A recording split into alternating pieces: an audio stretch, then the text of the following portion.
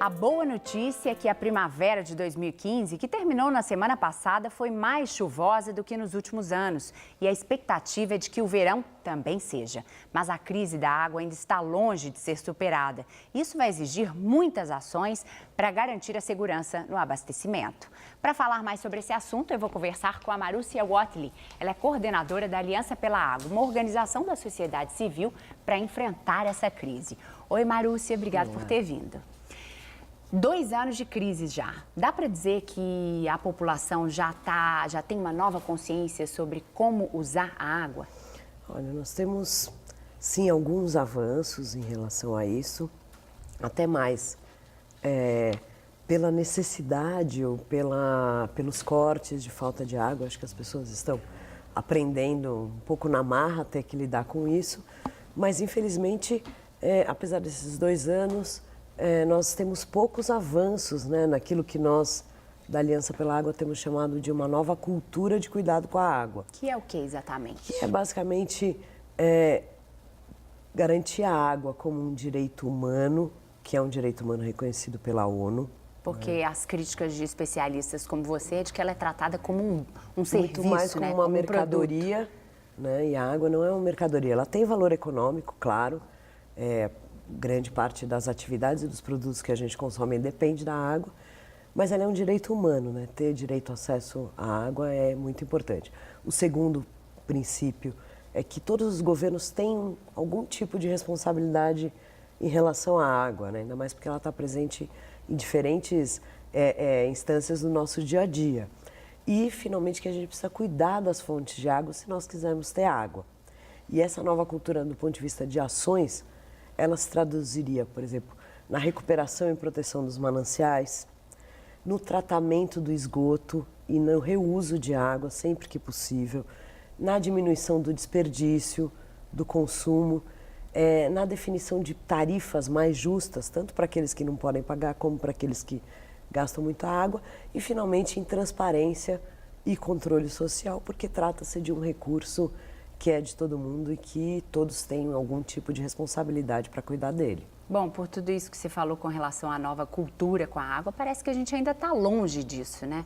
Em quais desses pontos você acha que a gente avançou mais? Talvez na transparência, que também tem uma atuação forte do Ministério Público e de entidades como a Aliança pela Água cobrando mais transparência, né? Daria para dizer que é nesse âmbito que essa nova cultura eu acho que caminhou mais? No caso da crise da água em São Paulo, nós tivemos sim um avanço em relação à transparência, tanto por essa reivindicação da sociedade e até mesmo pelo fato óbvio que se você tem uma crise, o primeiro passo é entender que tem uma crise, conhecer mais sobre ela para poder agir. Então, a disponibilidade de informação ela é fundamental, mas eu acho que nós conseguimos avançar muito pouco em relação a essa nova cultura, porque no caso de São Paulo, praticamente a totalidade das ações que foram feitas, elas têm a ver com a Sabesp, né? E muito no sentido de garantir que o abastecimento continue sendo feito. Então, são ações que incluem obras emergenciais para trazer mais água de outras regiões para cá, para suprir a água que não existe mais no Cantareira, a redução de pressão que atinge toda a região metropolitana de São Paulo. Que é o racionamento velado, que é uma espécie de um racionamento, e que ele atinge toda a região metropolitana de São Paulo e atinge de forma desigual algumas regiões. Isso tanto, pesquisa recente de novembro do Datafolha mostrou, existe uma maior incidência nas periferias e também o relatório Tá Faltando Água, que é um aplicativo que a Aliança lançou, também mostra que existe essa desigualdade. Então, essa maioria dessas ações, elas são para manter o abastecimento. E a gente avançou muito pouco, por exemplo, numa política de reuso de água. Todas essas chuvas que estão caindo agora e que a gente fica pensando, pô, às vezes a gente está sem água em casa e com um alagamento na rua de uma água de chuva que está indo embora e que nós não conseguimos avançar no uso desse tipo de recurso. Você disse na questão dos governos, né? Porque as pessoas, eu vejo assim, muita gente que já armazena sua própria água de chuva, tem alguns tonéis, mesmo caixas d'água, mas falta do poder público, sim, né? Do ponto de vista esse de política pública mesmo, porque acho que existiu um aumento, né, da quantidade de pessoas armazenando água de forma correta e até de forma muito arriscada, tanto é que nós conseguimos já hoje fazer uma correlação direta entre epidemia de dengue e esse armazenamento feito de uma forma não tão adequada, né? E esse é um tipo de avanço que seria importante, né? Porque quanto mais a gente aumenta aquilo que seria a nossa autonomia hídrica, ou seja, tem uma série de usos no nosso dia a dia que não precisam ser com água potável. Por exemplo, nós damos descarga com água potável, né? Então a gente poderia ter avançado do ponto de vista de política, que é incentivar equipamentos, incentivar a implantação de sistemas de reuso domiciliar e até mesmo de sistemas de reuso numa escala mais urbana, metropolitana, que poderiam ter até um duplo benefício, ter maior disponibilidade de água e ter um controle e um trabalho aí relacionado às enchentes. Eu escuto entrevistas suas fazendo essa crítica desde o ano passado, 2014. Qual que é a sua avaliação? Por que isso não avançou? Qual que é o maior impasse ou a maior dificuldade para que a gente consiga progredir nessa linha para garantir mais segurança hídrica? Olha, cuidar da água e crise da água, né? A gente fala, vivemos uma crise da água. Na verdade, se for pensar bem, até como disse o professor Léo Heller, que é o relator da ONU para água e saneamento, se for pensar bem, o problema, a crise não é da água, né? A água, na verdade, não tem culpa, é uma crise de gestão da água.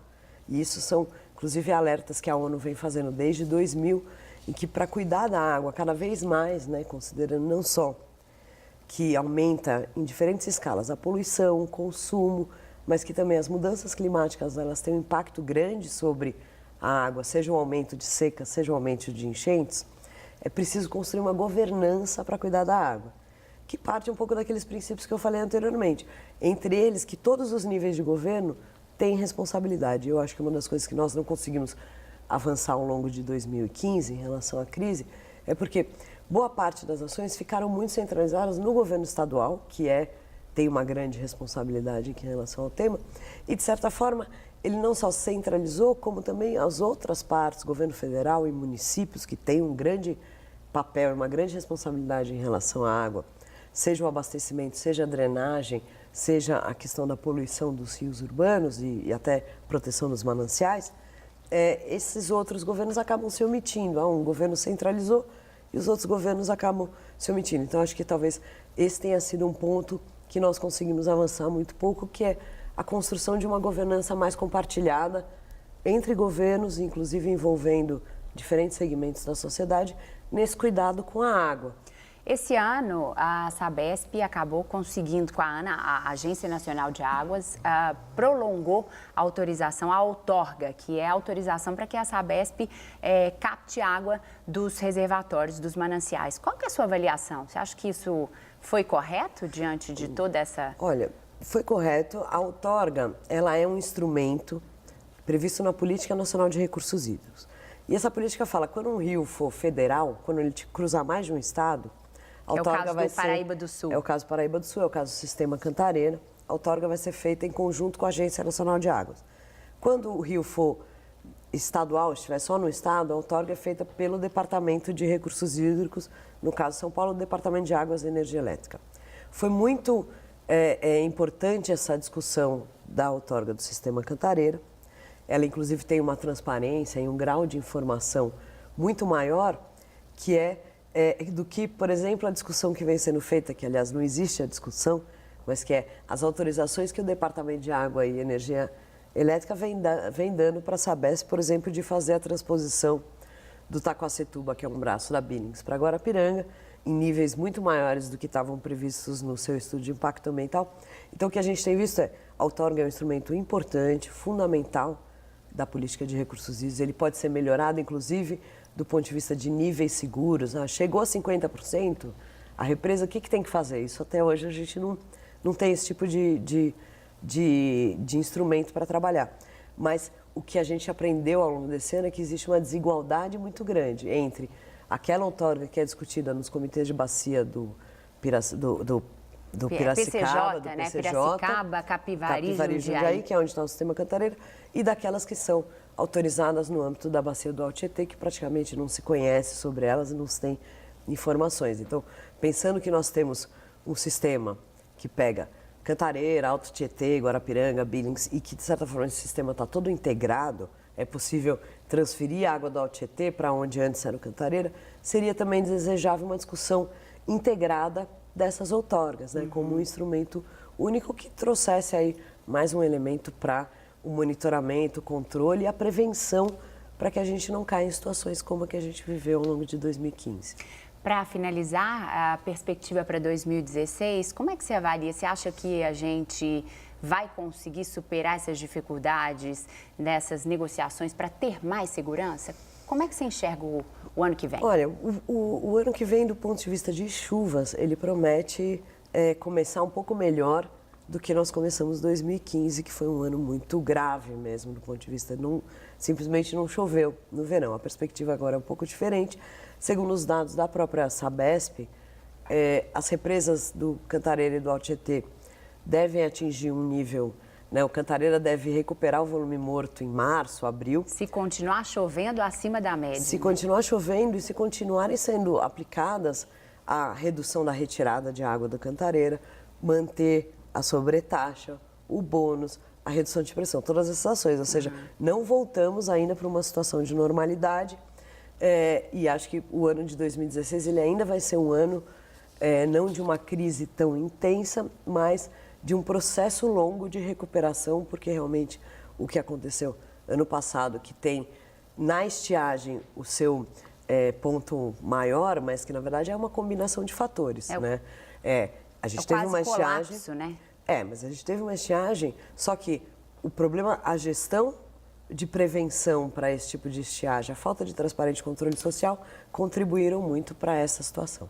Tá bom, Marúcia, muito obrigado por você ter vindo, por falar com a gente. Todas as vezes que a gente te procura, você atende muito bem a nossa equipe. Obrigada. E a gente já vai continuar acompanhando esse assunto em 2016 e a gente volta a falar com você em outras oportunidades. Muito obrigada, um bom ano novo para você. Para você também. Que vocês consigam, com essa atuação da Aliança, continuar ajudando a população também a ter mais segurança e ter água em casa, porque é um bem, né? Isso aí. Muito obrigada. Eu conversei com a Marúcia Watley, ela é coordenadora do Aliança pela Água. O Repórter São Paulo de hoje fica por aqui. A gente se vê amanhã.